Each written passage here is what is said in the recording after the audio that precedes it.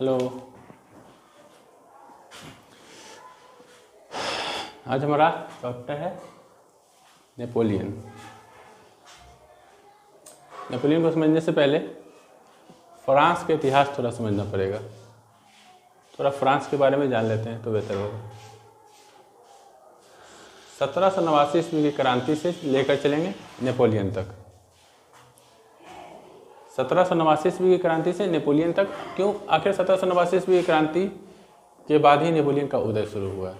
हालांकि नेपोलियन का जन्म 15 अगस्त 1769 में एक कोर्सिका द्वीप पर हुआ था। 15 अगस्त 1769 ईस्वी में कोर्सिका द्वीप पर हुआ था। तो नेपोलियन का कैसे फ्रांस में आगमन हुआ, इसके बारे में जानने से पहले हमको थोड़ा सा फ्रांस के इतिहास जान लेना जरूरी है। फ्रांस उस समय 3 भागों में, मतलब कि कह सकते हैं फ्रांस का समाज 3 भागों में बटा हुआ था। एक प्रथम स्टेट, द्वितीय स्टेट और तृतीय स्टेट। प्रथम स्टेट में जहाँ राजा और उसकी फैमिली आती थी, राजा, उसके परिवार और पोप। पोप मतलब जो चर्च में प्रेरिस्ट के रूप में काम करते थे। द्वितीय स्टेट में कुलीनबर्ग, मतलब सामंत लोग, जमींदार। और तृतीय स्टेट में आम जनता आती थी। आम जनता में जैसे किसान, मजदूर, ये सब। तो 1789 ईस्वी की जो क्रांति थी वो इन लोगों के द्वारा की गई क्रांति थी। इसमें कैसे इन कुलीनबर्ग का अंत हुआ, फ्रांस में इस वंश का अंत हुआ और नेपोलियन का उदय हुआ, और कैसे फ्रांस की जनता को नेपोलियन ने अपने समर्थन में लिया, ये जानना है। नेपोलियन के उदय में तीसरे वर्ग का भी काफ़ी योगदान रहा है, जो देखते हैं। तो फ्रांस में 15 अगस्त 1679 ईस्वी में नेपोलियन का जन्म होता है। तो नेपोलियन का जन्म कहाँ होता है? तो एक द्वीप है, एक आइलैंड है जिसे हम कोर्सिका आइलैंड कहते हैं, कोर्सिका द्वीप। इस द्वीप पर फ्रांस ने कब्जा कर लिया था। फ्रांस के कब्जा होने के बाद कोर्सिका द्वीप को आज़ाद कराने की कोर्सिका द्वीप के लोग मांग करने लगे। लेकिन ऐसे स्थिति में नेपोलियन पिता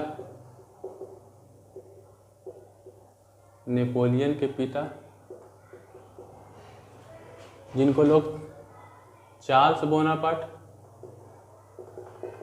किसी किसी किताबों में आपको चार्ल्स बोनापार्ट मिलेंगे और किसी किसी किताबों में नेपोलियन के पिता का नाम कार्लो बोनापार्ट भी मिलते हैं।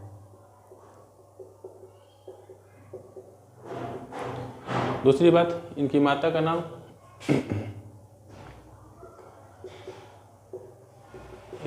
नाम था लेटेजियो रोमोलिना।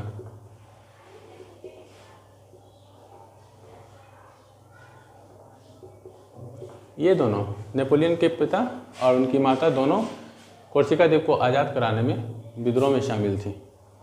नेपोलियन का एक बड़ा भाई भी था, बड़ा भाई जिसका नाम था जेम्स। इन तीनों ने मिलकर के कोर्सिका द्वीप को आज़ाद कराने की काफ़ी मांग की और नेपोलियन तो खैर छोड़ रहा था। हालांकि ये लोग कुलीनबर्ग से ताल्लुक़ रखते थे लेकिन अमीर नहीं थे, सारी संपत्ति बिक गई थी। तो ऐसी स्थिति में होता है क्या कि इनकी मांगों को सुनते हुए फ्रांस में जितने भी नागरिक थे, फ्रांस के नागरिकों को जो अधिकार दिया जाता था वो अधिकार अब कोर्सिका द्वीप के नागरिकों को भी दे दिया गया। कोर्सिका द्वीप के नागरिकों को भी दे दिया गया, मतलब फ्रांस के नागरिकों को जो अधिकार थे अब कोर्सिका द्वीप के नागरिकों को भी वो सारे अधिकार दे दिए गए। इसका अर्थ यह हुआ कि जिस तरीके से फ्रांस के नागरिक संतुष्ट थे, अब कोर्सिका द्वीप के नागरिक भी अब फ्रांस के नागरिक कहे जा सकते थे, क्योंकि कोर्सिका द्वीप भी अब फ्रांस में तो मिल ही चुका है। तो कोर्सिका द्वीप फ्रांस के नागरिकों को जो अधिकार दिए गए, कोर्सिका द्वीप के नागरिकों को भी वो सारे अधिकार दे दिए गए। अब ऐसी स्थिति में फ्रांस का कब्जा हो जाता है पूरी तरह से कोर्सिका द्वीप पर। तो कोर्सिका द्वीप अब फ्रांस का अंग बन चुका है। अब फ्रांस का अंग बन तो चुका है, तो अब यहाँ से नेपोलियन की शिक्षा दीक्षा शुरू होगी। एक बात याद रखना है इसमें कि नेपोलियन की शिक्षा दीक्षा लुई 16वां के द्वारा ही की गई क्योंकि लुई 16वां सामंत वर्गों को ठीक है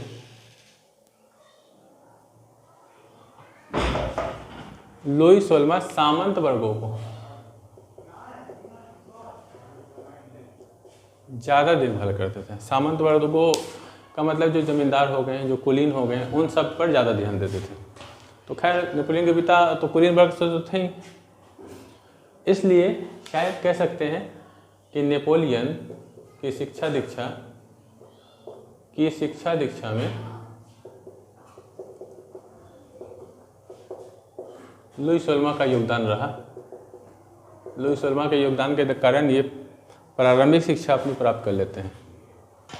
जब ये अपने सहपाठियों के साथ पढ़ते हैं तो उनके जो सहपाठी थे उन्हें गरीब कहकर चिढ़ाया भी करते थे, लेकिन नेपोलियन इससे जरा भी विचलित नहीं हुए। जैसे जैसे ये बात आगे बढ़ती है, नेपोलियन की शिक्षा दीक्षा पूरी तरह से पेरिस विश्वविद्यालय और ब्रीन से ये पूरी तरह से शिक्षित होकर के निकलते हैं। और फ्रांस के राजदरबार में एक तोप खाना है, तोप खाना था वहाँ। तोप खाना में ये सब लेफ्टिनेंट के पद पर नियुक्त भी होते हैं।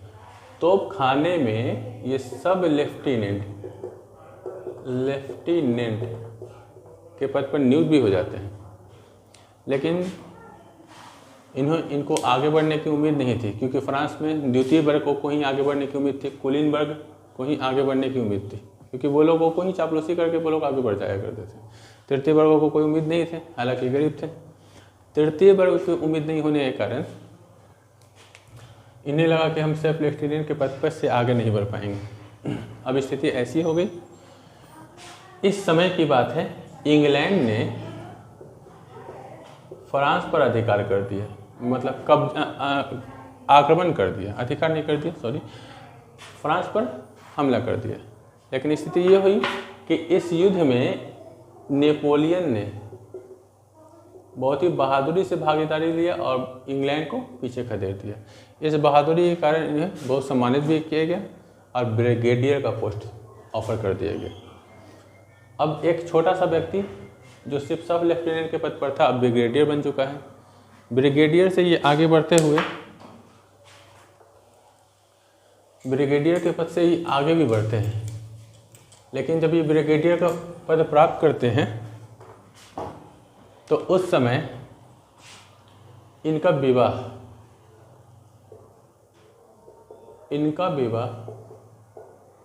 एक उनसे 6 वर्ष बड़ी महिला,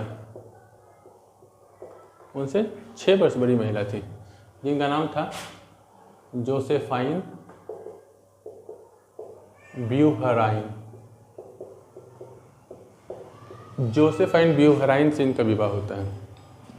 क्यों ऐसा हो सकता है कि नेपोलियन ये सोचते हों कि ये उस समय फ्रांस में सबसे प्रसिद्ध महिला थी, ख्याति प्राप्त महिला थी। क्यों? इस समय लुई 16वां के शासन का अंत हो चुका था। लुई 16वां जो फ्रांस का राजा हुआ करता था, जनता के द्वारा उन्हें लगभग सूली पर चढ़ा दिया गया था और यहाँ पर राजा की जो सभा थी, हम सभा, उसको ख़त्म करके नेशनल असेंबली की सभा को शुरू किया गया। उसमें ये सबसे प्रसिद्ध और ख्याति प्राप्त महिला थी, इन्हें बहुत ख्याति प्राप्त थी। तो लुई 16वां ने शायद ये सोचा होगा कि अगर इस ख्याति प्राप्त महिला से मेरा विवाह हो जाता है तो मुझे बढ़ने की चांस, आगे बढ़ने की चांस, आगे तरक्की का चांस हमें मिल जाए। शायद इसी बात को सोच करके उन्होंने विवाह भी किया। और जब ये विवाह कर रहे थे तो इनकी अंगूठी में टू डेस्टिनी लिखा था। डेस्टिनी मतलब भाग्य की ओर।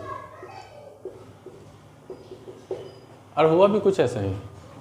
विवाह के 2 दिन बाद ही इनकी जो पत्नी थी ब्यूहराइन जोसेफाइन, इनकी सहमति से, इनके प्रोन्नति से उनके द्वारा जो वो नेशनल असेंबली के सदस्य भी थी, उन्होंने अपनी पैरवी लगाकर इनको, नेपोलियन को इटली का सेनापति नियुक्त करवा देते हैं।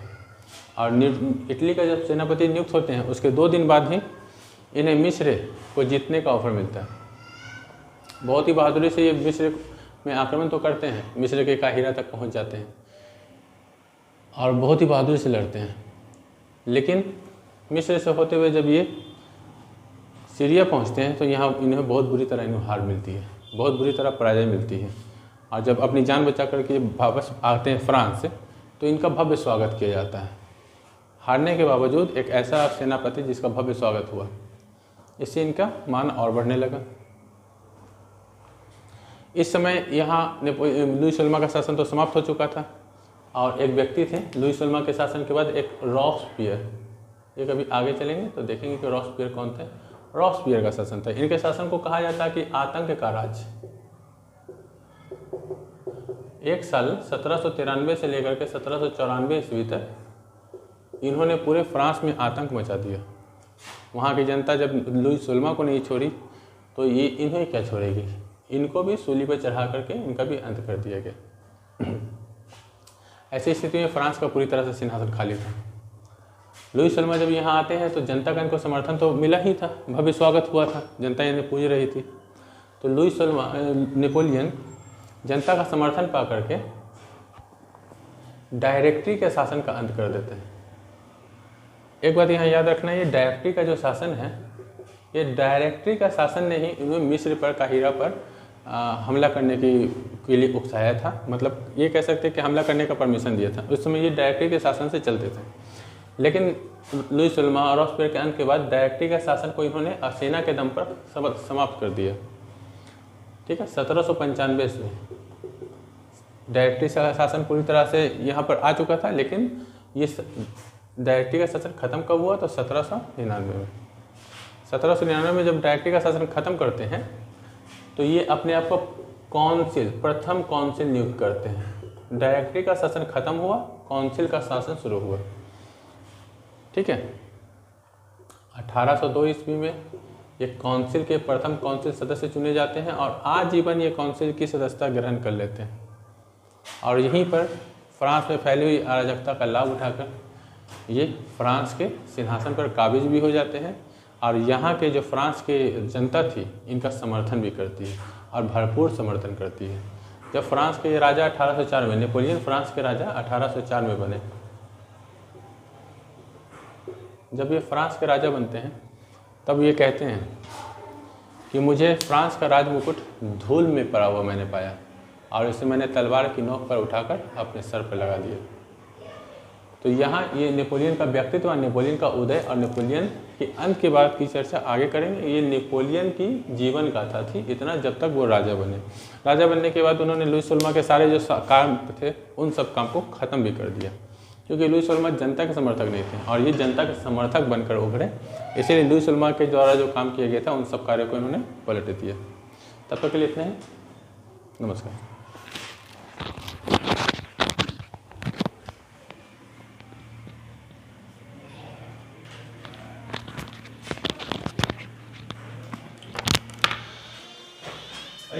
कट सुन रहे